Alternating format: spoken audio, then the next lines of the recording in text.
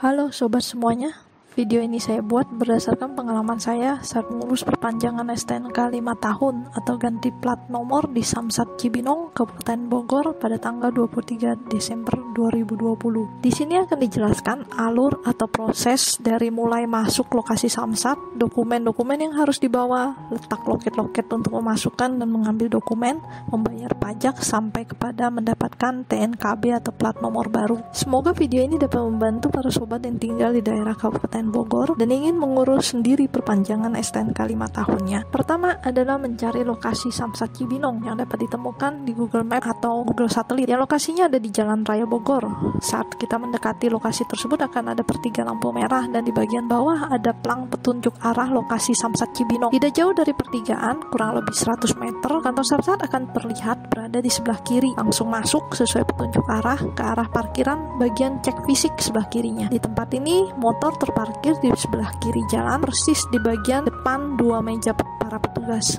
Sedangkan mobil terparkir di sebelah kanannya. Setelah kendaraan terparkir, bawa dokumen asli berupa BPKB, STNK, dan KTP untuk difotokopi di bagian belakang gedung. Cukup infokan saja kepada tukang fotokopi untuk memfotokopikan dokumen perpanjangan STNK 5 tahun dan mereka akan menyusun fotokopinya dengan map dan STNK serta KTP asli terstaples di map. Biaya fotokopi 3 lembar dan map adalah Rp5.000. Setelah itu, kembali lagi ke lokasi cek fisik dan langsung menuju ke meja sebelah kanan untuk mendapatkan stiker gesek dari petugas di meja. Lalu membawa stiker tersebut ke kendaraan yang kita parkir sambil menunggu atau memanggil petugas yang berkaos merah yang khusus untuk menggesek stiker ke mesin kendaraan kita.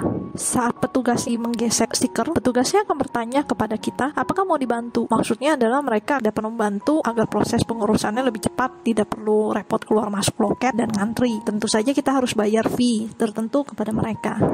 Karena saya mau belajar untuk tahu bagaimana cara mengurus sendiri, maka saya menolak tawaran tersebut. Kemudian setelah selesai menggesek stiker ke mesin kendaraan kita, petugas akan menempelkan stiker tersebut kepada sebuah selembar formulir di bagian atas, kemudian memparaf di bagian kanan atas, dan sembari akan berkata, di sini bayar seikhlasnya saja.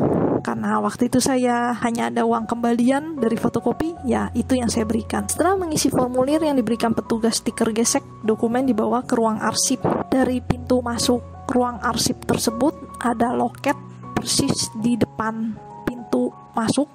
Saya sebut itu sebagai loket 1. Di situ kita menyerahkan dokumen yang di dalam map yang sudah kita isi juga formulirnya. Kemudian kita tunggu sampai dipanggil kembali. Setelah dipanggil kembali, maka akan terlihat kertas berwarna kuning terstaples di sebelah kiri map.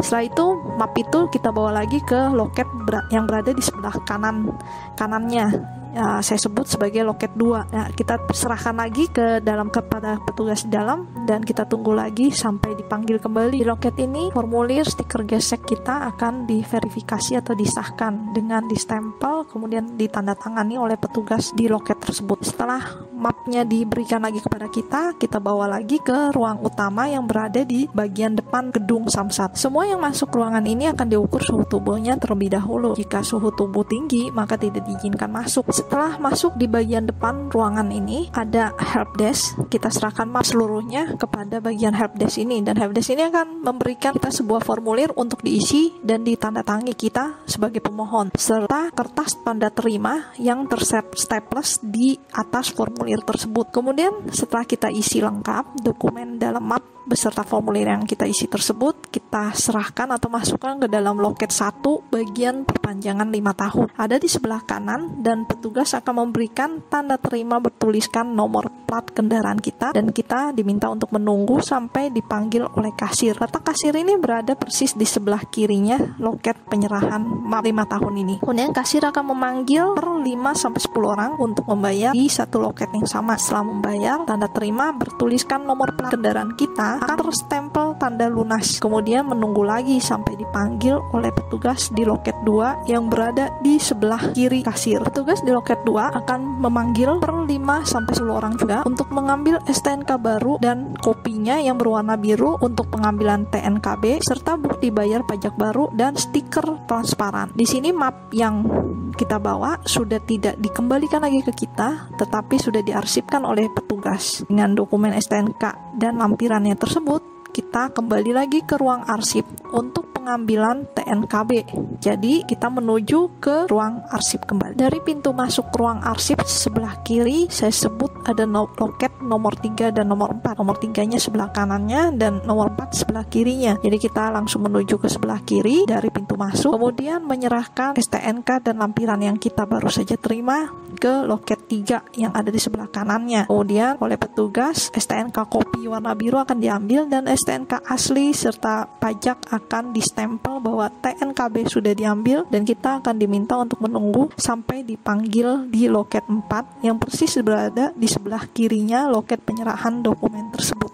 Saat nomor plat kendaraan kita sudah selesai dicetak, maka plat nomor kendaraan kita akan dipanggil dan kita tinggal mengambilnya dari loket 4. Setelah itu selesai sudah prosesnya, dan kembali dari ruang arsip menuju ke bagian cek fisik untuk mengambil kendaraan kita, menuju pintu keluar untuk pulang.